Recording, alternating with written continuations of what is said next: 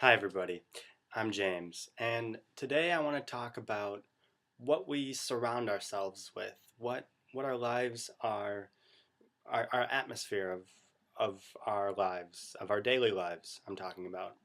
And to start things off, I'm going to start with a parable. It's a Cherokee story, actually, and I'm gonna read it to you first, and then I'm gonna talk about it a little bit, and I'm gonna talk about some other stuff too. An old grandfather said to his grandson, who came to him with anger at a friend who had done him an injustice, "Let me tell you a story. I too, at times, have felt great hate for those who have taken so much, with no sorrow for what they do. But hate wears you down, and does not hurt your enemy. It is like taking poison and wishing your enemy would die. I have struggled with these feelings many times," he continued. "It is as if there are two wolves inside of me. One is good and does no harm. He lives in harmony with all around him, and does not take offense when no offense was intended. He will only fight when it is right to do so, and in the right way. He is a good wolf. But there is another wolf, and he is full of anger. The littlest thing will set him into a fit of temper. He fights everyone all the time, for no reason. He cannot think because of his anger, and hate are so great. It is helpless anger, and for anger it will change nothing. He also is filled with sorrow and many other bad feelings. Sometimes it is hard to live with these two wolves inside me, for both of them are trying to dominate my spirit." The boy intently looked at his grandfather's eyes and asked, "Which one wins, grandfather?"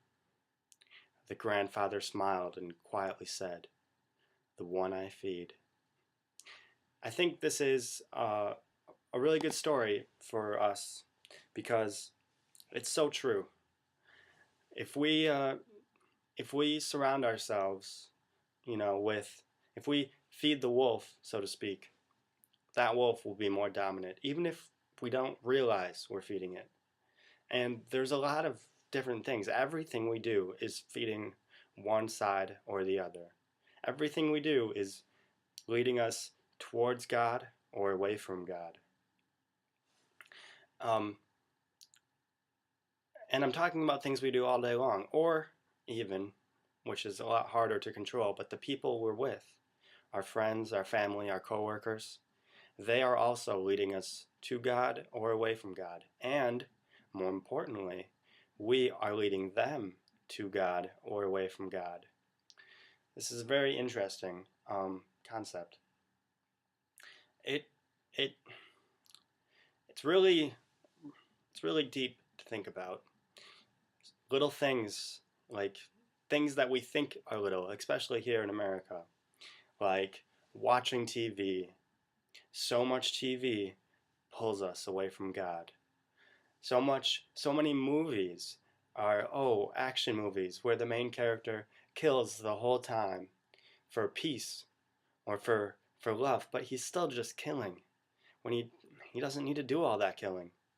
Or romantic movies where everybody's having sex with each other, or some other kind of TV shows where they're filling us with greed and jealousy.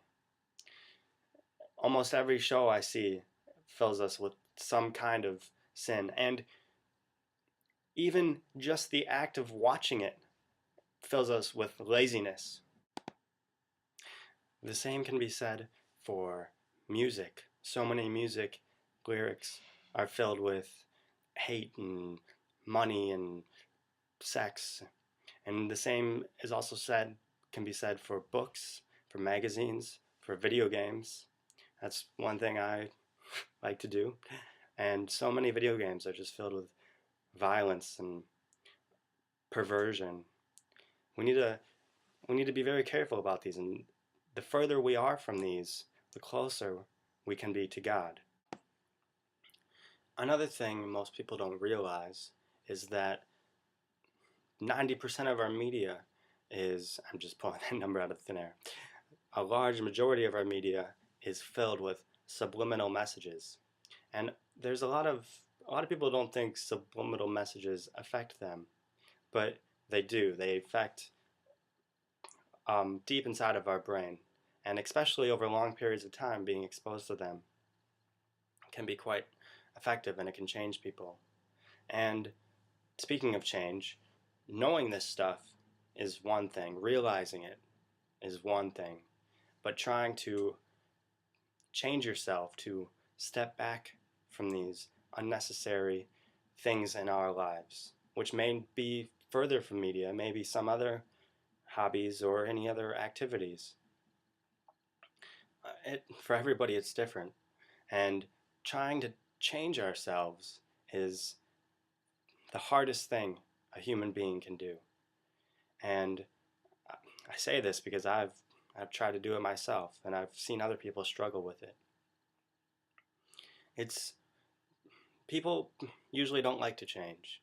Normally, from my experience, people only change if they have been shocked with something, maybe after a bad breakup, or some run-in with the law, or some other bad instances, and they need to look back and see, oh, my life isn't what it should be. Maybe after they OD on drugs or something else, get into some accident, and they can reevaluate their life. That is usually when people change.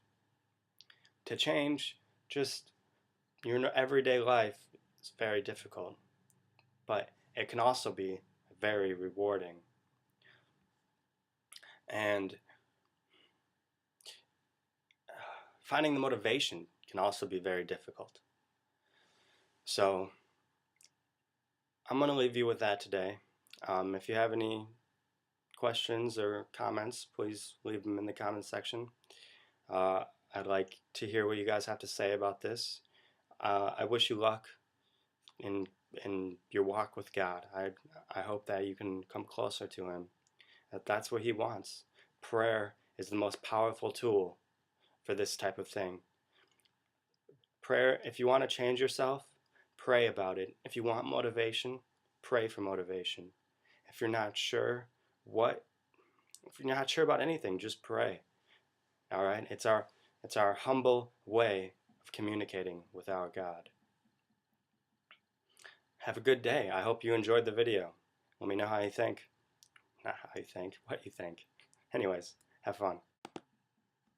One more thing I wanted to add is if you're looking to come closer to God, read His Word, read the Bible.